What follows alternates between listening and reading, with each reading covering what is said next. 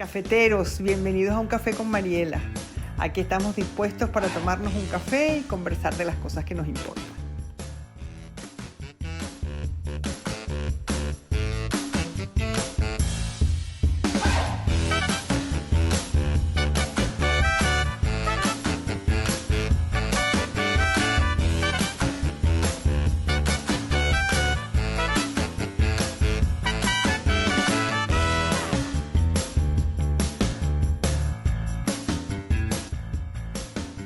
Bienvenidas. A ver, les voy contando cosas. Bueno, aquí estoy con mis anteojos, con mis gafas modernas y nuevas y fashion. Después del éxito que han tenido, pues me siento como una influencer. Le decía a mi marido, esto vamos a hablar tonterías mientras que se suma más gente. Le decía a mi marido que me siento como la vecina negra. Les cuento, aquí hay un personaje aquí en España que si no la están siguiendo ya la pueden empezar a seguir, que se llama La Vecina Rubia, que es una influencer maravillosa que tiene como 3 millones de seguidores y es divertida, brillante, solidaria, maravillosa, maravillosa. Yo soy súper fan. Bueno, pues ustedes me hacen sentir a mí, ella se llama La Vecina Rubia, me hace sentir a mí como la vecina negra. Estoy encantada con estas cosas así de fashion y estos comentarios tan lindos que me hacen. Bueno, yo les cuento. Mi idea original con esto de hacer las preguntas y las respuestas era, mira, después de toda la intensidad que tuvimos con el día, o por lo menos yo tuve con todo el día de la zona de confort y lo de la pasión por la piedra y toda una cosa así un poco más tranquila para mí, que sean preguntas y yo respondo las preguntas y eso es como fácil. Bueno, les cuento una cosa, en el psicoanálisis no hay nada fácil, no hay nada que sea fácil, no hay nada que sea sencillo, no hay nada que sea, simple, no hay nada simple en el psicoanálisis. Eso se los digo a ustedes y me lo digo a mí misma para que no me engañe pensando que, que me manden preguntas y yo las respondo, que eso es facilito. Pero no, me han tenido trabajando un montón. Bueno, he recibido alrededor de unos 40 entre preguntas y comentarios, historias, etcétera. Por supuesto que es imposible responderlos a todos. Ya lo siento. Voy a responder algunas que me parece que pueden servir y que aunan a otras, o sea, que se juntan otras, o sea, que tengo para responder, o sea, como 3 grandes temas y si nos alcanza un cuarto. Vamos a ver si nos alcanza para el cuarto tema o solo nos quedamos con 3. Bueno, empiezo. Bienvenidos al café, bienvenidos a Un Café con Mariela. Alguien me pregunta, es una pregunta que me parece bien interesante, les leo. ¿De qué manera me ayuda a cambiar, reconocer que algo que pasó en mi infancia sucedió? Si no consigo cambiar mi forma de actuar actualmente, aún sabiendo que eso me lleva a encontrarme en una situación que no quiero, ¿por qué me iba a ayudar el entender que lo que hago, lo hago por lo que sucedió antes? Llevo 8 años en una relación que es perjudicial para los dos, incluso para mis hijos. Y aún sabiéndolo, soy incapaz de ponerle fin. Si algo tan grave como saber que le está haciendo daño a mis hijos no me hace cambiar, ¿por qué iba a hacerlo buscar o hurgar en mi pasado? Bueno, miren, esto es una pregunta central y fundamental cuando uno mira las cosas desde el punto de vista psicoanalítico. ¿Por qué? Porque los psicoanalistas escuchamos una versión oficial, que es la versión racional, que es la versión que tiene que ver con los hechos concretos, pero los psicoanalistas sabemos que debajo de esa versión oficial hay una agenda oculta, que lo que a simple vista nos parece que es lo que queremos, que eso es lo que deseamos, que eso es lo que buscamos, que eso es lo que estamos esperando, que eso es lo que perseguimos en nuestra vida, hay una parte que es así, y una parte nuestra está teóricamente comprometida con ese deseo y con esa búsqueda, pero hay toda otra parte secreta, ¿verdad?, que está funcionando en contra de eso. Entonces, mientras que Freud decía que la conciencia, es decir, la versión oficial, esta situación me perjudica y esto le hace daño a mis hijos, era solamente la punta de un iceberg. Y que debajo estaba ese iceberg contra el que, digamos, el buque de nuestra vida choca una y otra vez y tenemos nuestra tragedia particular, ¿verdad? Entonces, una cosa es la versión oficial, que no es que se ponga en duda la versión oficial, es decir, la persona, cuando una persona me dice, mira, esto le hace daño a mis hijas y yo quisiera, o a mis hijos, y yo quisiera que esto dejara de hacerle daño a mis hijos, y sin embargo no puedo. Es verdad que ella quiere cambiar y es verdad que ella tiene ganas de cambiar, pero hay una parte mucho más grande, mucho más fuerte, mucho más poderosa que está funcionando a sus espaldas. Entonces, esa es la única, eso es lo que el psicoanálisis ofrece como alternativa a estar dándote golpes contra la pared, a estar culpándote de no haber podido cambiar, a estar persiguiéndote como que eres tonto, incapaz, etc. Entonces, esto Freud lo diferenciaba muy claramente en el sueño, y él decía que había un contenido manifiesto y un contenido latente. Es decir, el contenido manifiesto del sueño es tal cual el sueño que contamos, lo que contamos en la mañana en el desayuno. Ay, tuve un sueño anoche que fíjate que, o sea, rarísimo, el sueño no sé qué.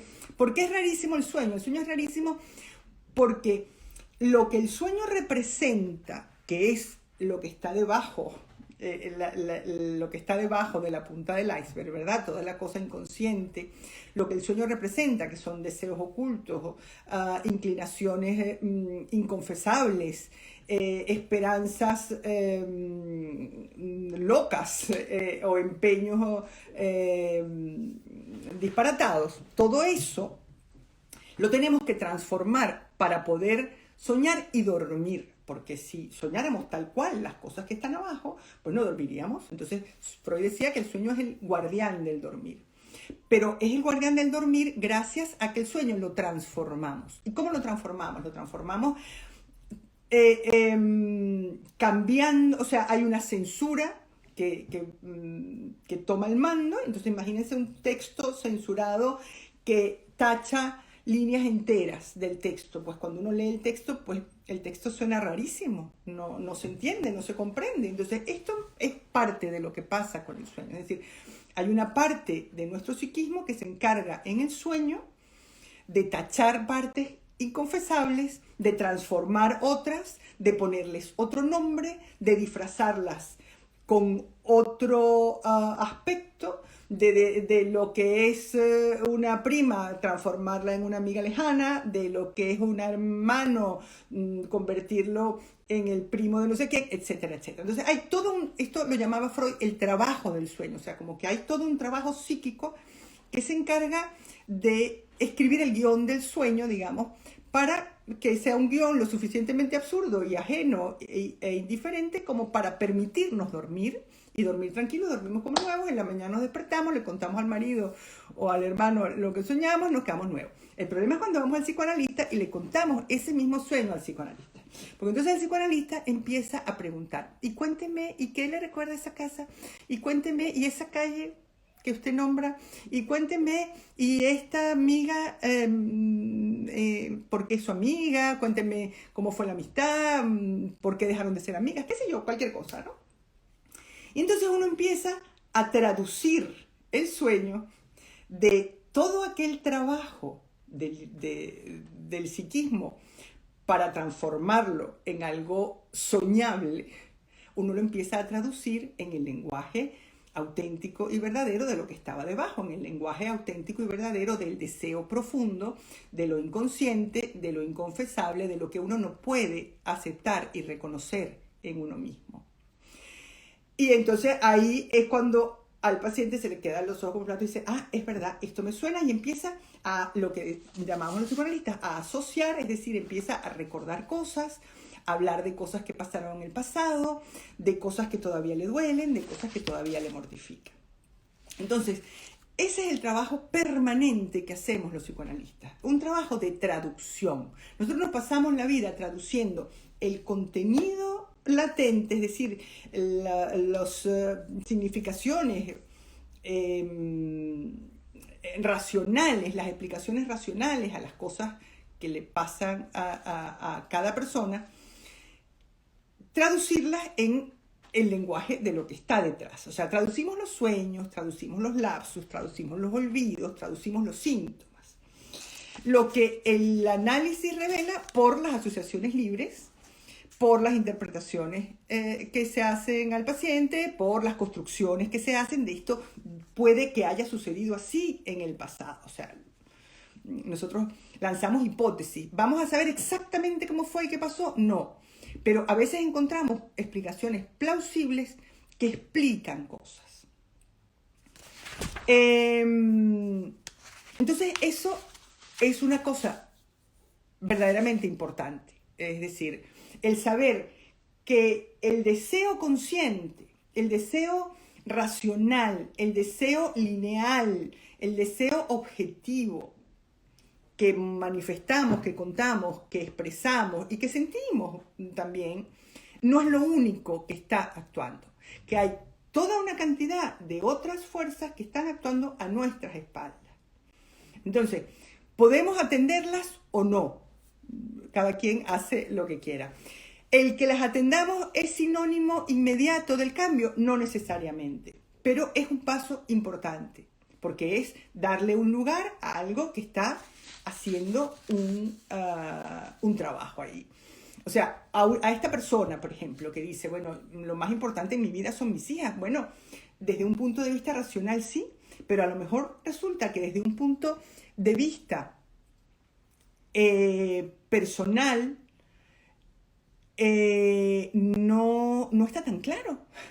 Es decir, a lo mejor hay una cosa infantil que tiene muchísimo más peso y muchísima más potencia que lo actual adulto, que la vida actual adulta. O sea, a lo mejor la niña que ella fue tiene más peso en esta situación que sus hijas propias, ¿no? No sabemos, cada historia es cada historia, no se puede universalizar, no se puede generalizar una historia y transformarla en que todas son más o menos iguales. No, las historias no son iguales, son diferentes, pero cuando hay una dificultad tan grande de cambiar, aún en situaciones en las que somos conscientes de que lo que estamos haciendo nos aboca al fracaso y nos aboca al sufrimiento, cuando hay una dificultad tan grande, uno tiene que sospechar un poco de uno mismo.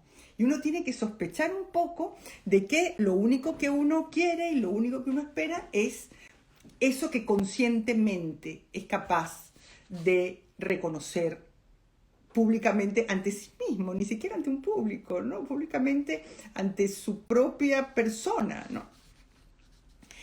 ¿Qué estará en juego? ¿Qué representa ese marido para ella?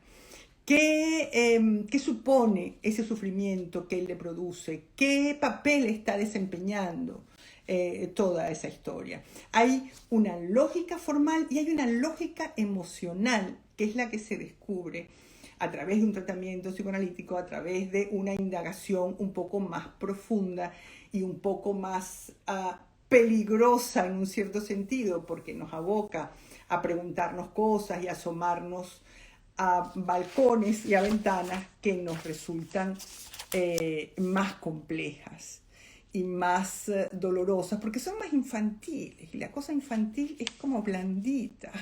En la cosa infantil estamos mucho más vulnerables, y a la vez mucho más furiosos, y a la vez mucho más dependientes, o sea, que están en juego muchas cosas.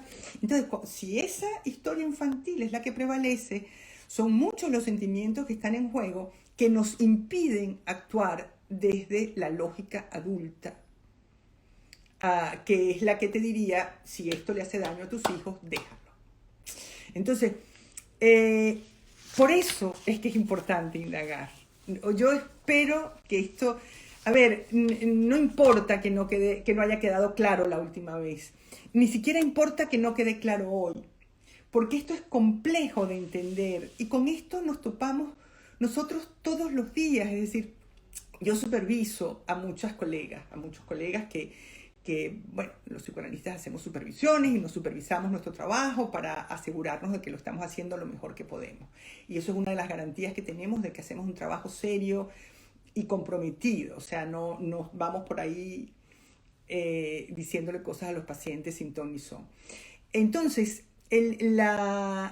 aún en las supervisiones con personas que están en análisis, que se están psicoanalizando, que estudian psicoanálisis mañana, tarde y noche, que han leído a Freud, que se saben todo esto de memoria, traen una sesión y se quedan en el contenido manifiesto, y se quedan en lo consciente, y se quedan en las líneas de la historia oficial, de la historia oficial, y olvidan o dejan de lado la agenda oculta y el contenido latente.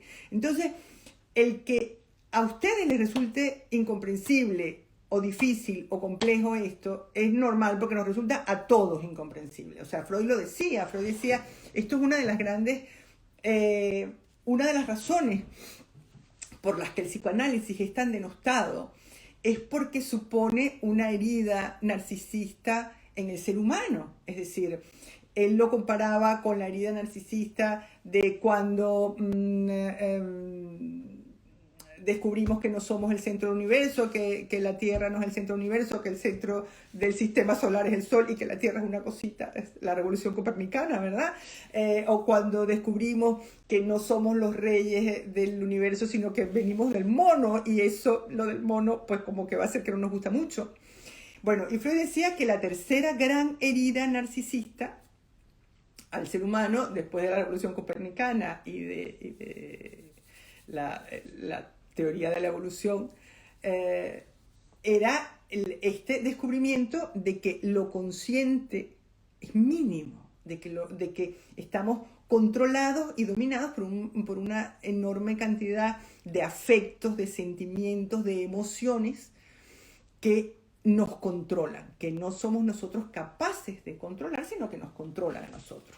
Entonces, el perder esa batuta, el perder esa sensación de que somos dueños de nuestra vida, no nos gusta, porque nos encanta controlar. Nos encanta controlar. Entonces, saber que no controlamos, que no somos dueños, que somos controlados, que para controlar tenemos que bajar la cabeza ante aquello que nos controla, y que aquello que nos controla es una cosa tan niña como unos celos infantiles, como una sensación de desprotección de un niñito de 5 años, pues eso no nos resulta muy halagador y no nos encanta. Entonces, en esa medida nos cuesta, porque nos duele entenderlo, porque como decía esta cafetera, es como, bueno, pero vamos a ver, si lo más importante que hay en mi vida no me permite cambiar, ¿por qué una tontería que me pasó en la infancia? Pues a lo mejor no fue una tontería lo que te pasó en la infancia, a lo mejor habría que hurgar y fue muchísimo más importante de lo que tú en este momento puedes reconocer, porque te duele más, o porque está más escondida, o bueno, pues no sabemos bien por qué, ¿no? Pero por alguna secreta razón seguramente está funcionando allí. Bueno, esto lo damos por contado, y lo seguiremos contando porque seguirán preguntando, porque seguirán apareciendo estas preguntas. Esto es inevitable, ¿ok? O sea que no se preocupen por preguntarme otra vez, porque esto también es una piedra con la que nos topamos día a día. Lo misterioso del psiquismo humano, lo complejo del psiquismo humano y lo apasionante que supone ese sumergirnos en esas profundidades. Preferiríamos, como todos sabemos, la lanchita y el paseo tranquilo a lo largo y ancho del mar sereno. Pero no es así. Bueno. Siguiente pregunta, que está más o menos relacionada con la siguiente pregunta, que son varias, porque varias personas hicieron preguntas parecidas. Al reconocer la piedra, ¿podemos evitarla? ¿O esa piedra mía lleva tropezándome años? ¿Cómo me la quito del zapato? A ver, ¿de qué nos sirve reconocer la piedra? ¿Podemos evitarla? ¿Cómo me la saco del zapato? ¿Qué pasa porque me siento culpable? A ver, desde mi punto de vista, lo más importante es que adentrarnos en esa historia infantil le da sentido a lo que nos pasa. ¿Sí? El que nosotros veamos a conciencia, el que nosotros reconozcamos sin ningún género de duda que aquello en lo que estamos embarcados nos produce infelicidad, nos produce sufrimiento y produce sufrimiento a quienes queremos, y que no obstante no podamos cambiar o salir de allí, eso es algo que no entendemos, que no tiene sentido, es algo que nos atormenta porque nos hace sentir tontos, torpes, nos hace sentir fatal. Entonces, porque no entendemos por qué somos incapaces de decirle a un hombre, mira, vete. Alguien me decía, me ha preguntado 100 veces, ¿quieres que me vaya? Y cada vez que me lo pregunta pienso, sí, quiero que te vayas, y sin embargo no soy capaz de responderle, sí, vete, no soy capaz. O sea, de estas historias en las preguntas he recibido muchas. Es decir, me hace daño, pero ha sido mis pies en mucho tiempo. No puedo seguir sin él. Entonces, bueno, hay situaciones que no entendemos desde nosotros mismos, ¿no? Ya no desde fuera, que no entiendan las amigas, la familia, el mismo terapeuta, etcétera, sino que nosotros mismos no entendemos por qué no somos capaces, y sin embargo no somos capaces. Entonces, en esa medida, comprender o saber que hay algo que lo explica, le confiere un sentido. Y eso nos permite comprender y en cierto sentido perdonarnos. Porque no es que nosotros seamos tontos, torpes, etcétera. Ya veremos qué es lo que somos. Pero de alguna manera, porque no es que estamos libres de pecado. No estamos libres de pecado. Pero nos permite comprender la historia, comprender nuestra historia, perdonarnos nuestra historia. Y acercarnos a situaciones que desde el punto de vista racional son del todo inexplicables. ¿Qué podemos hacer para empezar? ¿Qué podemos hacer con esta piedra? O sea, ¿cuáles son las maneras? Porque claro, ¿cómo hago para sacármela del zapato? Bueno, tampoco es una cosa que sea fácil de hacer de un día para otro. A lo mejor necesitas tratamiento. Yo siempre recomiendo, si ves que estás demasiado atascado, busca tratamiento que no te va a hacer daño. Cosas. ¿Qué ventajas saco yo de esta situación? Aunque parezca imposible que yo esté sacando alguna ventaja, a lo mejor estás sacando alguna ventaja. A lo mejor te da muchísimo miedo quedarte sola, a lo mejor es mayor el miedo que el deseo, a lo mejor estás pagando una culpa. ¿Qué es lo que me produce placer de toda esta locura? Así como lo oyen, placer. Un placer retorcido que casi nos produce rubor reconocer, pero hay un placer. ¿Estoy pagando una culpa? ¿Qué será lo que está debajo de esta incapacidad para salir de la incomodidad de mi zona de confort? ¿Qué será lo que me sujeta a la piedra con la que me tropiezo, a la piedra por la que siento auténtica veneración? ¿No? Yo cuando estaba trabajando en esto me acordaba de un chiste que le dice el masoquista al sádico. Le dice, pégame. ¿Y qué le contesta el sádico? No. ¿Por qué? Porque para el masoquista no hay peor sufrimiento que dejar de sufrir. Entonces, ya se los decía la vez pasada, una de las cosas más misteriosas del ser humano es el masoquismo. Es esta especie de regodeo en el sufrimiento, de sentir una suerte de placer, de regodeo, de engancharnos al sufrimiento. Entonces, perder ese regodeo, perder ese vínculo con el sufrimiento, perder el aura de de martirio, de mártir, de sacrificio, de entrega, de todo lo que el sufrimiento nos procura. Perder todo eso es una pérdida estupenda y extraordinaria. Ojalá pudiéramos perderlo todo. Pero aunque nos parezca difícil de entender, perder eso supone pagar un precio que a veces es demasiado alto y a veces preferimos mantenernos en el sufrimiento, en el dolor, abrazados a la piedra y amarrados a la incomodidad de nuestra zona de confort, que perder eso que el sufrimiento nos depara.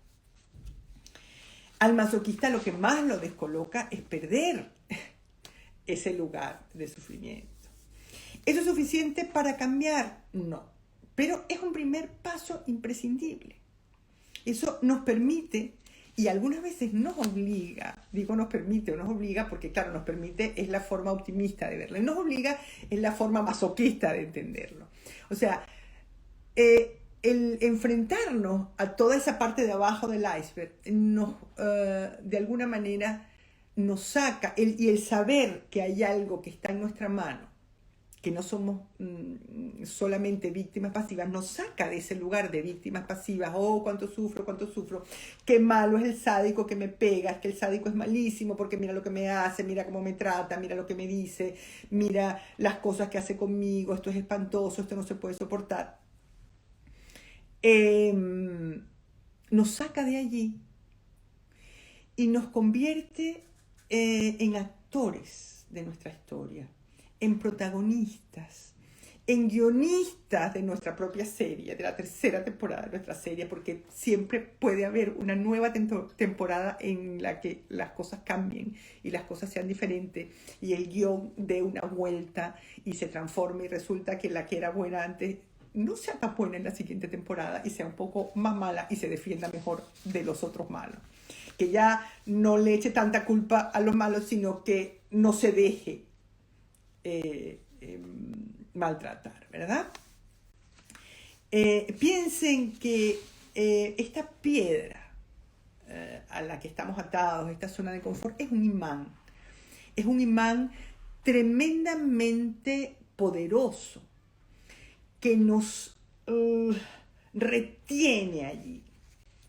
Y que no se deja vencer tan fácilmente, que no nos va a dejar sueltos tan fácilmente. Piense que son cosas que venimos tejiendo desde la infancia y que se van fortaleciendo con los años. Es tremendo. Yo no sé por qué me siguen. De verdad se los digo que no sé por qué me siguen, porque es como que solamente traigo malas noticias. Pero me parece que solamente atravesar estas malas noticias es lo que nos va a permitir escribir nuevas temporadas de nuestra serie y que las nuevas temporadas sean mejores que las anteriores. Yo lo siento, pero me encantaría tener buenas noticias y noticias fáciles, pero no, esto es difícil y es complejo. Entonces, ese imán no se deja vencer tan fácilmente. Fíjense, recuérdense que el último café hablábamos de las resistencias. Y Freud, siempre que hablaba de las resistencias, utilizaba metáforas bélicas, es decir, como un ejército que viene y que se planta y que no permite que aparezca. Bueno, imagínense, pues no sé, la muralla de Troya y los troyanos ahí defendiendo su muralla. Bueno, pues algo de esto hay. Entonces, el cambio de lugar, la salida, el pasaporte o el visado para salir de la zona, de la incómoda zona de confort que habitamos, es el enemigo de esta piedra. Entonces, todo lo que huela a mejoría, a cambio, a tranquilidad, a felicidad, a alivio, a tranquilidad, a bienestar, es enemigo de este aspecto nuestro abocado al sufrimiento, de este aspecto nuestro masoquista, que no sabemos si está pagando culpas del pasado, que está disfrutando, qué es lo que le ocurre. Es un riesgo salir de esa zona de confort, porque esa zona de confort la conocemos. Salir de la zona de confort da mucho vértigo, exactamente. y salir de la zona de confort. Vamos a salir a un espacio desconocido.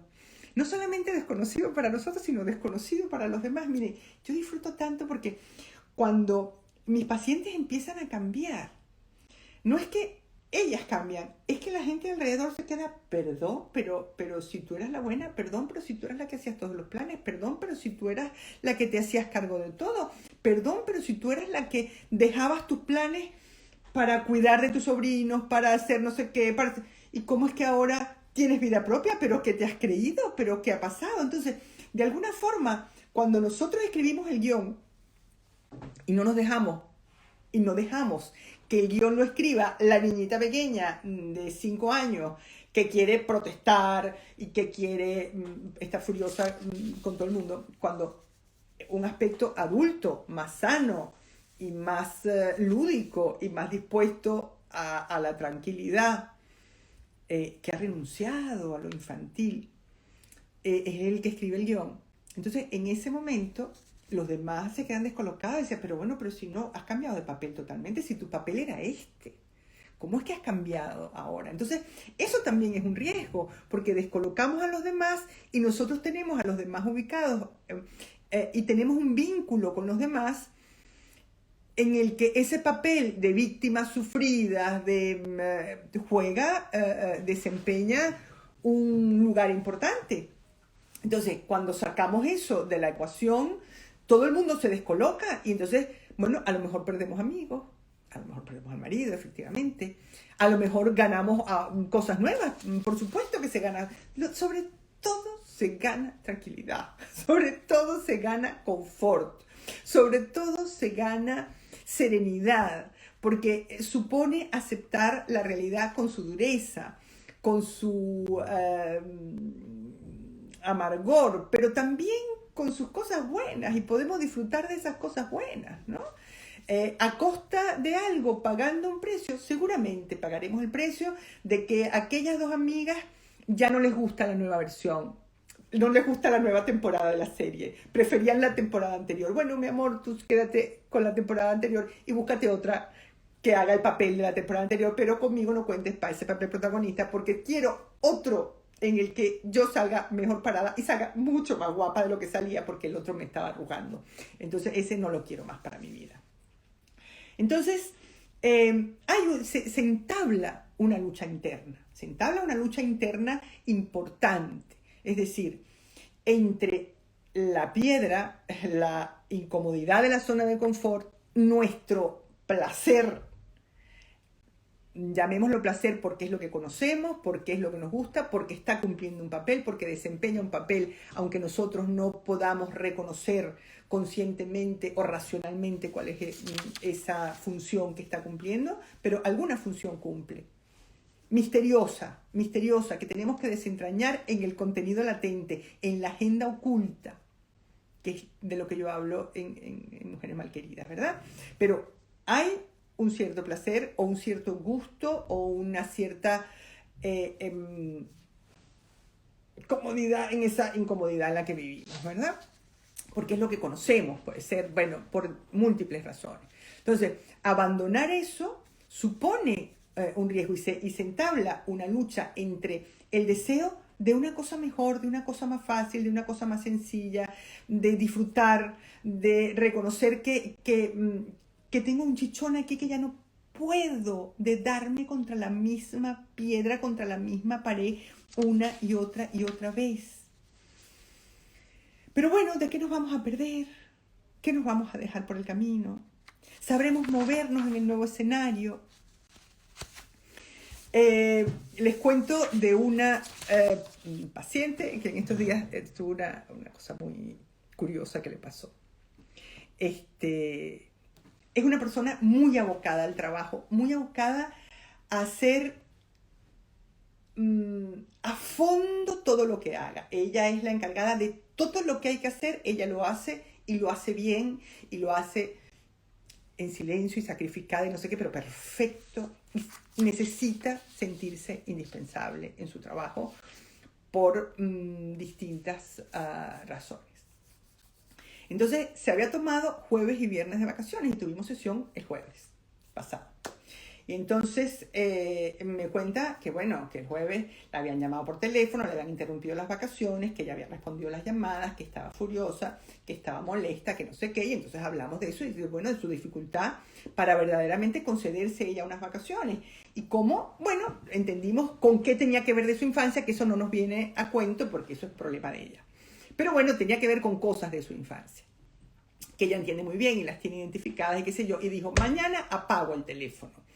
Y yo le digo, bueno, pues muy bien, a ver si es verdad, si lo consigue, ¿no? Entonces tuvimos sesión ayer y le digo, bueno, ¿y qué tal la vuelta al cole? ¿Cómo fue? ¿Volvió de rodillas al trabajo pidiendo perdón por haber apagado el teléfono el viernes? Y dice, ay, no, mira, me pasó una cosa rarísima. Fui a trabajar el lunes y cuando estoy trabajando recibo mensajes en el teléfono de un compañero de trabajo que me dice, discúlpame que te moleste en tus vacaciones, pero es que esto es urgente, ya he visto que te he mandado correos, discúlpame, no sé qué. Dice, no, pero si yo estoy aquí trabajando. Dice, pero ¿cómo que estás trabajando? Si hoy era un día de vacaciones para ti. Dice, ¿cómo? Sí, cuando nos pasaste tus vacaciones, dijiste que te tomabas jueves, viernes y lunes.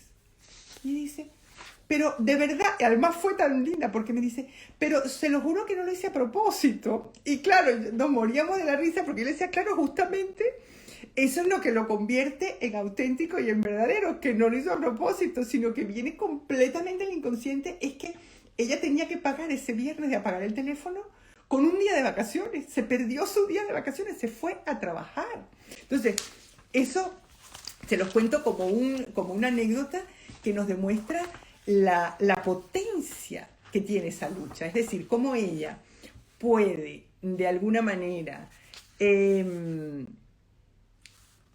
reconocer que lo de la piedra no está bien, que lo de su zona de confort es incomodísima y no tiene muchas ganas de seguir allí, que ella va a pagar ese teléfono porque desde luego es el colmo que no respeten sus vacaciones, que la llamen y que le digan, no, es muy corto, no sé qué, no, es un segundo solamente, pero me da igual, son mis vacaciones. Ahí toda reivindicativa y después va, dice, no fui de rodillas, fui en metro. Entonces se fue a trabajar en un día de vacaciones. Claro, nos reímos mucho porque es muy graciosa la fuerza y la potencia que puede llegar a tener esa zona de confort. O sea, no es una cosa sencilla salir de allí. No es sencillo, o sea, lo siento, no se trata solo de cambiarnos las gafas del sol. Alguien dice, ay, el inconsciente es increíble. Sí, es genial. El inconsciente es genial, es tremendo, hace lo que le da la gana, hace lo que le da la gana a nuestra espalda. Y a mí lo que me conmovía es como lo contaba ella, como sorprendida, como no, pero se lo juro que no lo hice a propósito. Yo, es que no me di cuenta, es que no me acordaba. Es que, claro, que es tal cual lo que supone el inconsciente, es decir, que uno lo hace, que el inconsciente trabaja a espaldas nuestras y nos lleva de la manito al metro y nos despierta a las 6 de la mañana a ir a trabajar en un día de vacaciones. Con lo cual ha perdido el día de vacaciones porque ya lo pidió y fue a trabajar y lo perdió. No, ya eso no puede decir, ay no, que yo ese día vine a trabajar, ya no vale, ya no la van a dejar. Bueno, yo creo que me voy a dejar de lado lo de la culpa y la pena porque es un tema complejo y largo, o sea que a lo mejor lo dejamos para un próximo café. Y voy a pasar directamente a lo último que tenía preparado hoy, que se va a llevar su tiempo, y si queremos responder un poquito a las cosas que van diciendo, yo prefiero que también entablemos un poquito de diálogo aquí en vivo entre lo que ustedes van leyendo y lo que yo les voy contando. Lo que yo voy leyendo de ustedes, lo que ustedes van escuchando y me cuentan y nos contamos. Alguien pregunta, la renuncia y la elaboración, ¿por qué cuesta tanto esa renuncia? ¿Qué conlleva la renuncia? ¿De qué hablamos cuando decimos pasar página? Bueno, a veces es muy difícil reconocer, en medio del sufrimiento que nos produce la piedra, la incomodidad de la zona de confort. Es muy difícil reconocer que debajo de toda esa incomodidad de la zona de confort, debajo del peso de la piedra que llevamos encima, porque es que ya no es que tropecemos con ella, es que la llevamos cargada encima, así sobre los hombros, ¿verdad? Llevamos el peso de esa piedra para tropezar con ella en cualquier momento. No vaya a ser que se nos escape y no podamos tropezar 3 veces al día más o menos. Es muy difícil reconocer que debajo de ese sufrimiento y debajo de ese cansancio y debajo de ese agotamiento que nos produce la neurosis infantil, porque viene siendo la neurosis infantil lo que nos produce todo esto, hay un aspecto de tosudez, de obstinación, de terquedad, de obcecación, de testarudez. O sea, todos estos sinónimos, todos, cópienlos uno tras otro, tras otro, tras otro, tras otro. Porque con todas esas actitudes, tosudos, obstinados, obcecados y testarudos, nos empeñamos en mantenernos allí.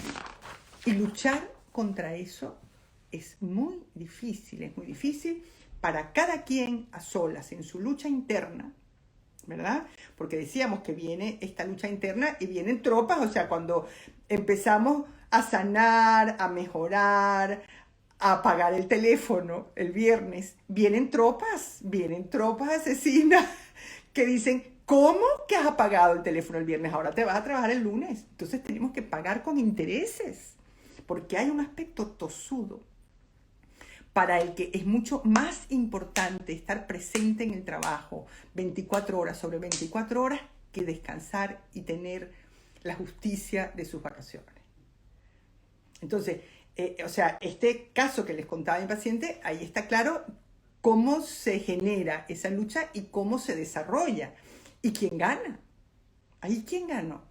Ella ganó un día, pero perdió otro. O sea, pagó las vacaciones que se dio de un día con el teléfono apagado con intereses porque eso no es de gratis. Entonces les cuento, ayer me escribía una de nuestras, que a lo mejor está por ahí, no la he visto porque no me he dedicado a ver quiénes están. Hay alguien que me contaba su historia y me contaba que tiene unas primas que con quienes se crió, que desde muy pequeña la tratan muy mal, y tiene un porrón de años, hijos, historia peculiar, dramática, etc. Y las primas la siguen tratando fatal. Además, no es que lo diga ella, es que todo el mundo se da cuenta. Es que es evidente, es que es obvio. Y ella me dice, yo las quiero mucho, yo no quiero separarme de ellas, yo quiero que ellas dejen de tratarme así. ¿Qué hago? ¿Qué hago? A ver, cuando alguien dice yo las quiero mucho, eso es como en Mujeres Malqueridas, cuando yo digo el amor loco, cuando una mujer dice es que yo lo quiero, es como que ya no hay nada que decir, yo lo quiero, ya está, me da igual lo que haga, yo lo quiero y eso es lo que va a misa. Pues tú misma. Es que yo no me quiero separar de ella. Pues no te separes. Tú misma tendrás que seguir aguantando que te traten mal. No, pero es que yo no quiero que ellas me traten así. Ahí está la tosudez. Ahí es donde está la tosudez. La tosudez está en suponer que porque tú sigas allí, que porque tú las sigas queriendo, ellas en algún momento te van a tratar bien. ¿Y quién dice? Tus primas, dice tu mamá, tu papá, tus hermanos, representados en la vida actual por tu marido, tus compañeros de trabajo, tus amigas, quien quiera que sea. ¿Ok? Entonces, la tosudez está en el empeño, en el empeño de suponer que uno va a conseguir que la historia cambie, que uno va a conseguir una cierta justicia poética en la que uno finalmente va a recibir lo que merece. Pero no va a recibir hoy lo que merece, va a recibir lo que mereció entonces. Eso es imposible. Es imposible. Y de ese es el burro del que nos tenemos que bajar. Ese es el burro del que nos tenemos que bajar. Esa es la tosudez que tenemos que abandonar. Eso es como si alguien me dice, Mira, mírame estos zapatos, qué bonitos son. Son 2 tallas menos que mi talla, pero son los zapatos que yo me quiero poner en el baile. Pues póntelos. Se te van a destrozar los pies, no vas a poder bailar en toda la noche. Es que a mí me gustan. Pues póntelos.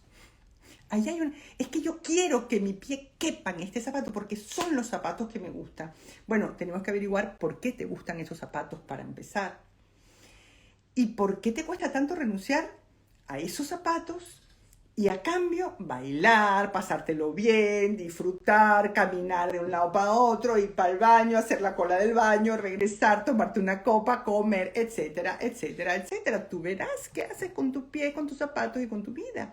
O sea, hay algo allí de esa tosudez de la que no nos apeamos, o sea, no renunciamos. Pero a lo que no renunciamos no es al sufrimiento, sino a ese empeño loco de que vamos a cambiar, no solo el presente, sino el pasado, de que vamos a cambiar al otro. Al otro no lo vamos a cambiar. Entonces lo que la gente viene diciendo es, quiero que esta situación cambie, pero yo no estoy dispuesta a cambiar. No estoy dispuesta a cambiar nada. Yo quiero seguir haciendo exactamente lo mismo que hago, pero que cambie la situación.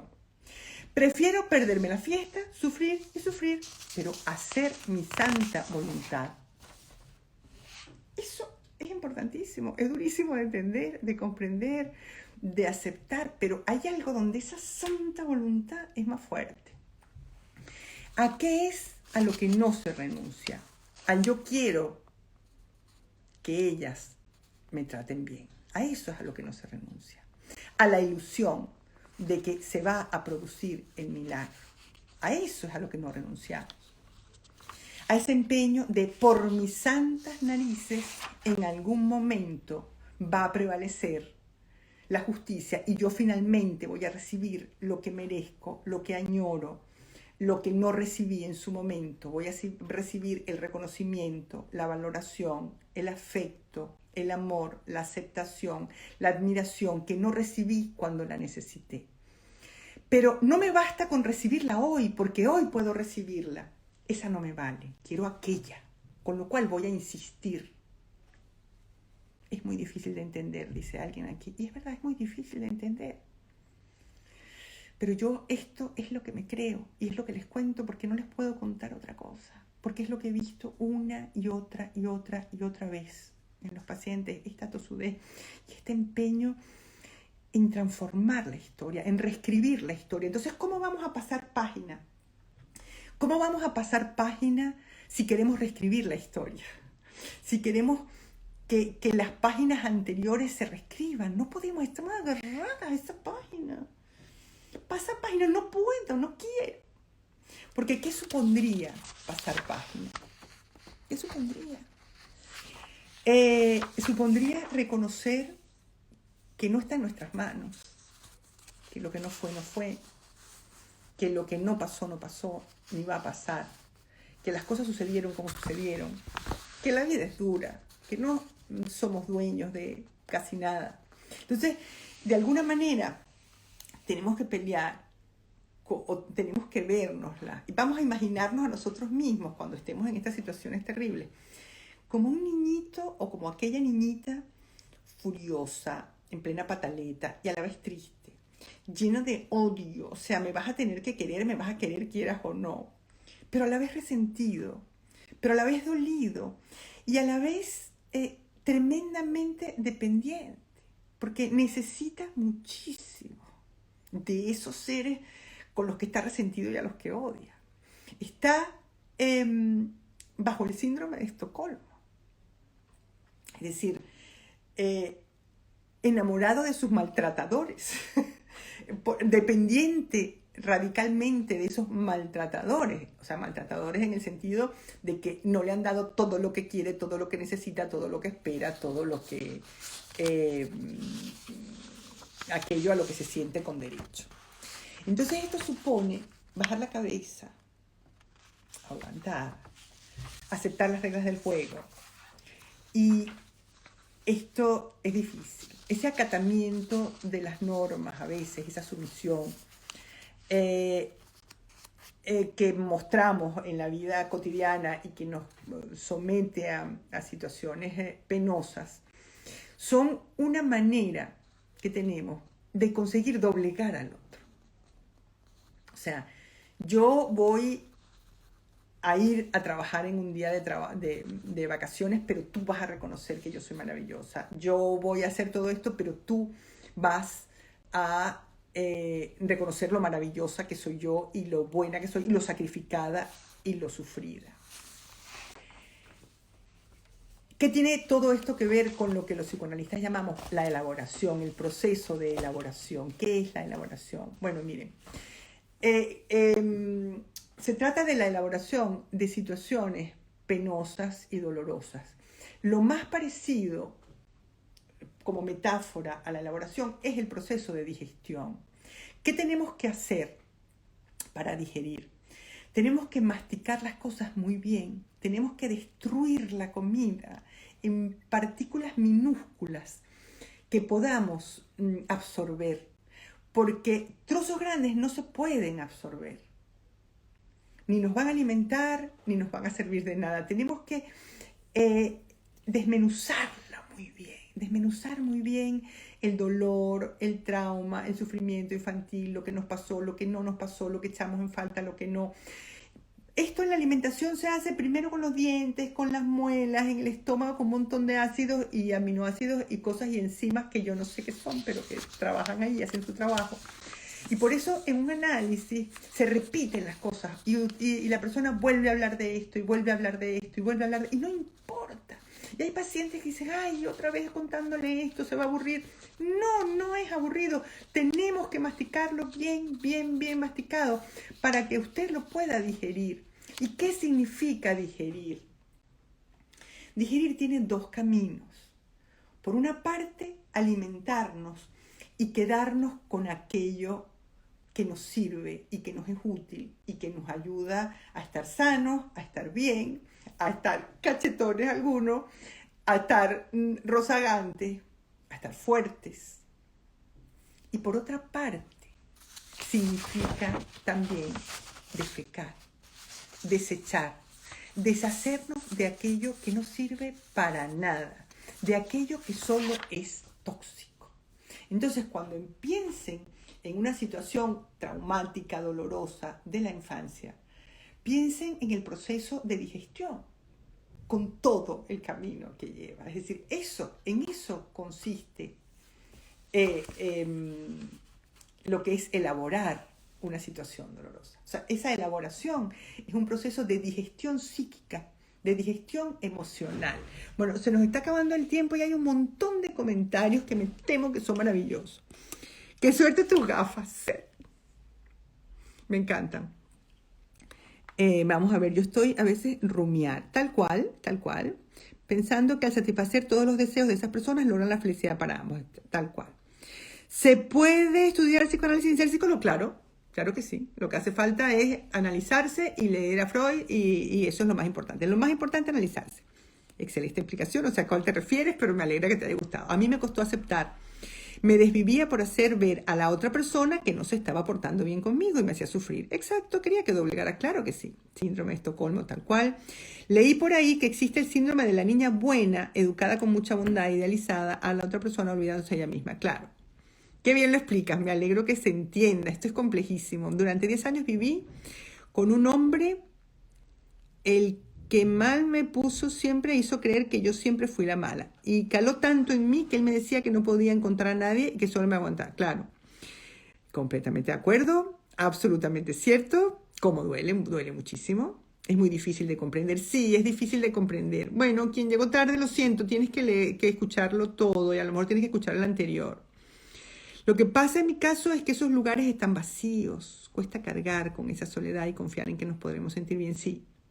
Cuando hay soledad de por medio y quedarse a solas, eso dificulta mucho todo. No ocurriría, no entiendo. Bueno, Mariela, un gusto escucharte. Hace una semana decidí salir de la zona de confort y sí, pude ver en mí mucha terquedad por mantenerme ahí, tal cual, así es. Aquí la Ibe Plesman salí hace mucho de ese lugar y hoy me levanté con algo raro en mi cabeza. Me puse a arreglar algo en mi closet y me conseguí mi álbum de fotos de boda que casualmente cumpliría mañana 50 años. ¡Qué barbaridad! Tomar decisiones da miedo, sí. Sería fantástico un café sobre la culpa. Bueno, pues vamos a tener un café sobre la culpa porque no saben la cantidad de material que tengo. Así es, y muchas veces los pacientes expresan su temor de equivocarse tomando esta decisión, aunque en el fondo sientan que es la correcta. A veces los pagos son muy caros, así es. Hay gente que se ríe de las cosas que sabe Dios que habré dicho que se rieron. Mel Robbins habla de un cerebro flojo que no quiere cambiar y apaga los mecanismos de cambio por miedo al dolor y a la rabia. Seguimos igual. Y porque implica que también tienen que moverse de la foto, sí, tal cual. A veces da miedo cambiar porque los demás puede que no lo acepten y te obliguen a regresar. No, nadie te obliga a regresar.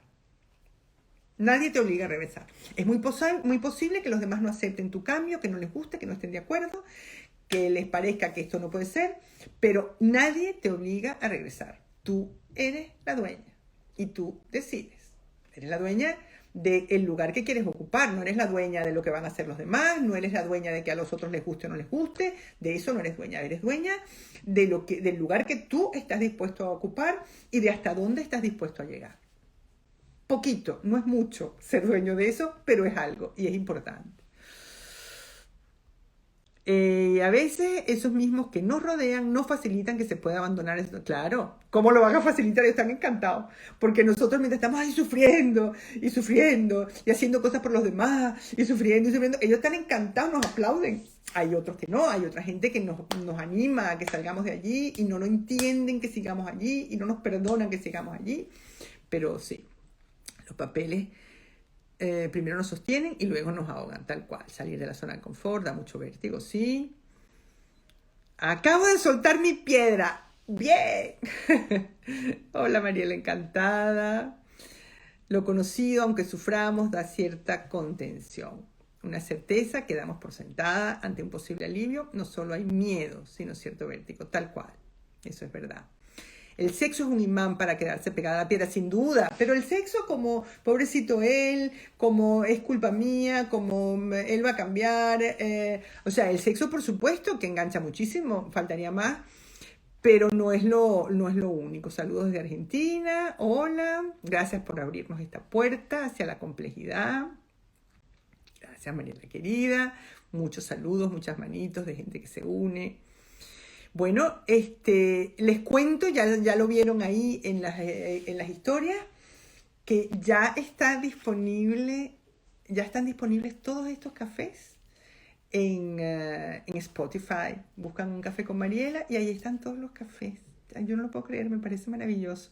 Bueno, ya terminé de la lectura para el audiolibro de Mujeres Malqueridas. Se supone que sale en mayo, puede que salga, mayo, junio. Y la semana que viene empiezo a leer Un año para toda la vida. Y eso me tiene ilusionadísima. Porque ese es un libro hermoso que es para contar y cantar. Creo que ya se los dije, pero no me importa repetir. Bueno, nos despedimos por hoy. Creo que hasta después de Semana Santa no nos vamos a ver. Más que así en cositas varias. Pero bueno, las quiero, estoy aquí.